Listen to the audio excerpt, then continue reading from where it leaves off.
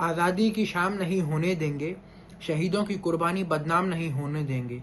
बची हो जो एक बूंद भी लहू की, तब तक भारत माता का आंचल नीलाम नहीं होने देंगे। मेरे प्यारे साथियों, आज हम सब यहाँ एक ऐसे महान दिन को मनाने के लिए एकत्रित हुए हैं जो हमारे देश की आज़ादी का प्रतीक है, स्वतंत्रता दिवस। यह दिन हमें उन वीरों की याद दिलाता है जिन्होंने अपने प्राणों की आहुति देकर हमें इस मुकाम तक पहुंचाया है। आज हम उन्हें नमन करते हैं और उनके सपनों को साकार करने का संकल्प लेते हैं। साथियों, इस आज़ादी के पर्व को आज मना पाने के पीछे एक बहुत लंबा और कठिन संघर्ष छुपा है। सन 1613 में मुगल बादशाह जहांगीर द्वारा ईस्ट इंडिया कंपनी को फरमान जारी करने से लेकर 15 अगस्त 1947 की ऐतिहासिक तारीख तक इस महान देश ने काफी कुछ सहा है। करीब 200 सालों तक असम्मान, कष्ट, अन्याय, भेदभाव और अत्याचार सहने के बाद आखिरकार 15 अगस्त 1947 को यह देश आजाद हुआ। भले ही हमारा देश अंग्रेजों की गुलामी झेलता रहा, परंतु झुका कभी नहीं। इस मिट्टी के वीरों और वीरांगनाओं के महान प्रयासों व बलिदानों की शक्ति ने इसे हमेशा डटकर खड़ा रखा। कई अनगिनत वीरों ने इस देश के लिए अपना सर्वस्व निछावर कर दिया, जैसे भगत सिंह, चंद्रशेखर आजाद, झांसी की रानी, नेताजी सुभाष चंद्र बोस इत्यादि। और महात्मा गांधी जी ने पूरे विश्व को अहिंसा की ताकत से परिचित कराया। आज हम सब मिलकर इन्हें और इनके जैसे ही अनगिनत वीरों को सादर नमन करते हैं। आखिरकार तकरीबन 200 सालों तक अंग्रेजों का गुलाम रहने के बाद 15 अगस्त 1947 की ऐतिहासिक तारीख को भारत ब्रिटिश शासन से आजाद हुआ।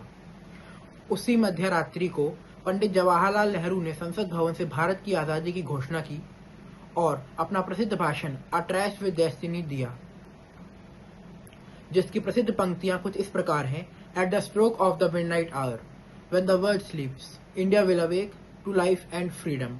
उसी सुबह पंडित जी ने इंडिया गेट पर ध्वजारोहण किया व भारत के प्रथम प्रधानमंत्री पद की शपथ भी ली। यह दिन केवल भारत की आजादी का नहीं था, ये एक नए युग की शुरुआत थी, एक आत्मनिर्भरता, लोकतंत्र और समानता के युग की। साथियों, आज हमारा भारत बदल रहा है। विज्ञान, अंतरिक्ष, खेल और रक्षा जैसे कई क्षेत्रों में हमारे देश ने दुनिया को अपनी ताकत दिखाई है। चंद्रयान, आत्मनिर्भर भारत, डिजिटल इंडिया, ओलंपिक में मेडल, ये सब कुछ हमारे अथक परिश्रम के परिणाम है। पर साथियों, मैं आपसे एक सवाल पूछना चाहता हूँ कि क्या हम सच में आजाद हैं? हम और हमारा देश आज बाहरी ताकतों से तो स्वतंत्र है, परंतु अभी असल आजादी पाना शेष है।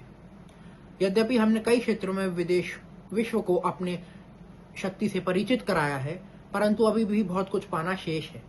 हमें अभी कई चुनौतियां जैसे भ्रष्टाचार, जातिवाद, गरीबी, अशिक्षा, प्रदूषण, महिला असुरक्षा जैसे अनेक आंतरिक चुनौतियां जो आज हमारे बीच एक जहर की तरह घुल चुकी हैं, इनसे आजादी पाना अभी शेष है। जब हम इन सभी चुनौतियों पर भी विजय पा लेंगे, तब हम सही मायने में आजाद कहलाएंगे, क्योंकि आजादी का असल अर्थ ही ईमानदारी से जीना, कर्तव्यों का पालन करना और अपने देश को हर क्षेत्र में सबसे प्रथम स्थान पर लेके जाना है। अगर हम सब मिलकर ईमानदारी, मेहनत और आपसी भाईचारे के साथ आगे बढ़ें, तो कोई ताकत नहीं जो भारत को फिर से विश्व गुरु और सोने की चिड़िया बनने से रोक सके। साथियों, अपनी वाणी को विराम देने से पहले मैं इस महान देश का एक गर्व से भरा नागरिक, अपने देश का अहित चाहने वालों को यह चेता देना चाहता हूँ, खून के बदले शांति वार्ता नहीं, खून के बदले कई गुना अधिक खून ही मिलेगा। और जो भी देश भारत को आर्थिक रूप से कमजोर करने के स्वप्न देख रहे हैं, उनके लिए बस इतना ही कहूंगा कि एक बार भारत का इतिहास पढ़ लें, जिससे उन्हें असहयोग आंदोलन और भारत की आत्मनिर्भरता का संपूर्ण रूप से ज्ञान हो जाएगा। अंत में बस इतना ही कहूंगा कि आइए हम सभी आज इस स्वतंत्रता दिवस पर एक संकल्प लें कि हम अपने देश को हर क्षेत्र में आगे लेके जाएंगे। हम खुद से शुरुआत करेंगे, जैसे स्वच्छता, ईमानदारी से जीना या दूसरों की मदद करना। शहीदों ने हमें जो आजादी दी है, हम उसे व्यर्थ नहीं जाने देंगे।